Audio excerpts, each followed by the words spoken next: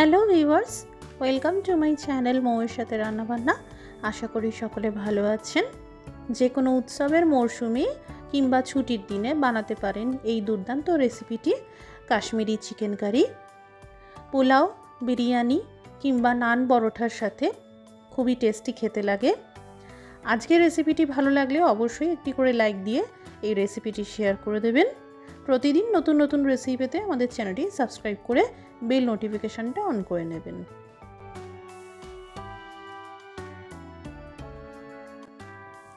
প্রথমে একটি তড়কা প্যানে নিয়েছি 3 টেবিল চামচ সরষের তেল। এতে দিয়ে দিলাম শাহি জিরা 1 চামচ। এটা না থাকলে আস্ত জিরে বা কালো জিরেও দিতে পারেন। এবার জোর আঁচে একদম ধোঁয়া ওঠা গরম করে নিতে হবে। এই দেখুন তেলে জিরে ভেজে গেছে। এবার এই তেল হালকা ঠান্ডা করে নিতে হবে। এখানে নিয়েছি একটা বড় এলাচ, জয়িত্রী 1 টুকরো, 4টে ছোট এলাচ, 2টো লবঙ্গ, 2টো দারচিনি স্টিক মিক্সার জারে দিয়ে দিলাম। 7 থেকে 8টা মতন রসুন কোয়া খোসা সমেত দিয়ে দিলাম। আর দিয়ে দিলাম কুচানো পেঁয়াজ। এখানে 2টো বড় সাইজের পেঁয়াজের ব্যবহার করা হয়েছে। এই দেখুন এই রকম একটা দানাদার পেস্ট তৈরি করতে হবে। এবার এই পেস্ট একটা মিক্সিং বোলে ঢেলে দিলাম। দিয়ে দিলাম 3 চামচ ধনের গুঁড়ো, 1 চামচ ঝাল লঙ্কার গুঁড়োর সাথে 2 চামচ কাশ্মীরি লঙ্কার গুঁড়ো মিক্স করে দিয়ে দিলাম, 1 চামচ হলুদ গুঁড়ো, আদা ও রসুনের পাউডার দিয়ে দিলাম। টোটাল 1 চামচ আছে। এখানে আপনারা নিঃসন্দেহে আদা রসুনের পেস্টও ব্যবহার করতে পারেন। ভালো করে সব কিছু মিশিয়ে নিলাম।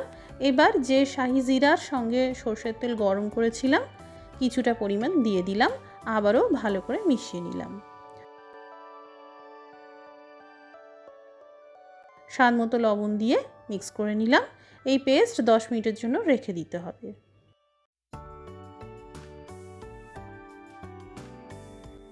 10 মিনিট পর ফিরে এলাম। এখানে আমি লেগ পিস আর কারি কাট করা কিছু পিস নিয়েছি। মোটামুটি 300-350 গ্রাম মতন চিকেন আছে। এবার এই ঈষৎ উষ্ণ সর্ষের তেল চিকেনে দিয়ে দিলাম। খেয়াল রাখবেন তেল যেন হালকা গরম থাকে। এরই সাথে দিয়ে দিলাম 3 চামচ মৌরির গুঁড়ো। আস্ত মৌরিকে জাস্ট গুঁড়ো করে নিলেই হবে। দিয়ে দিলাম 1 টেবিল চামচ টক দই, কুচানো ধনেপাতা।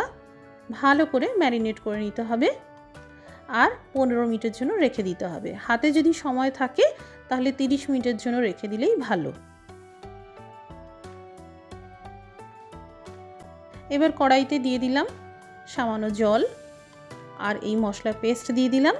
সামান্য জল দিয়ে মশলার পেস্ট দিলে ভালো, এতে মশলাগুলো পুড়ে যাবে না।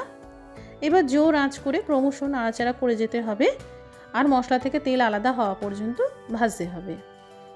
এই পর্যায়ে দিয়ে দিলাম 2টো বাটার কিউব। আবারও মশলা ভাজতে থাকবো।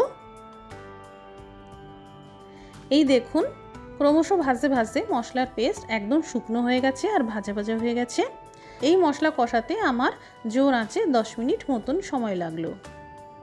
এবার এই ম্যারিনেট করা চিকেন দিয়ে দিলাম আর চিকেন দেওয়ার সাথে সাথেই 2 টেবিল চামচ টক দইও দিয়ে দিতে হবে, কারণ টক দই পরে দিলে চিকেন অনেকটা সিদ্ধ হয়ে যাবে আর দই কাঁচা রয়ে যেতে পারে। তাই চিকেন আর দই একসাথেই দিতে হবে।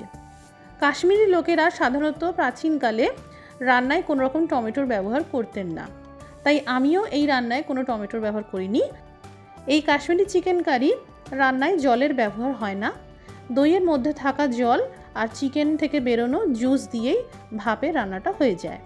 তাই অবশ্যই কম আঁচ করে ঢাকা চাপা দিয়ে 5 মিনিটের জন্য প্রথমে রান্না করতে হবে। 5 মিনিট পর আবারও ঢাকা খুলে সামান্য নাড়াচাড়া করে নিয়ে ঢাকা চাপা দিয়ে আবারও 5-7 মিনিটের মতন রান্না করতে হবে। এইভাবে করলে চিকেন খুবই সফট, টেন্ডার আর জুসি তৈরি হবে। রান্নার স্বাদটাও অসাধারণ হবে। তৈরি হয়ে গেল কাশ্মীরি চিকেন কারি, অথবা কাশ্মীরি চিকেন রোগানও বলতে পারেন। অবশ্যই বাড়িতে একবার এইভাবে বানিয়ে দেখবেন। আমি আশা করছি আপনাদের ভালো লাগবে। আজকের রেসিপিটি দেখার জন্য অসংখ্য ধন্যবাদ। সবাই ভালো থাকুন, সুস্থ থাকুন।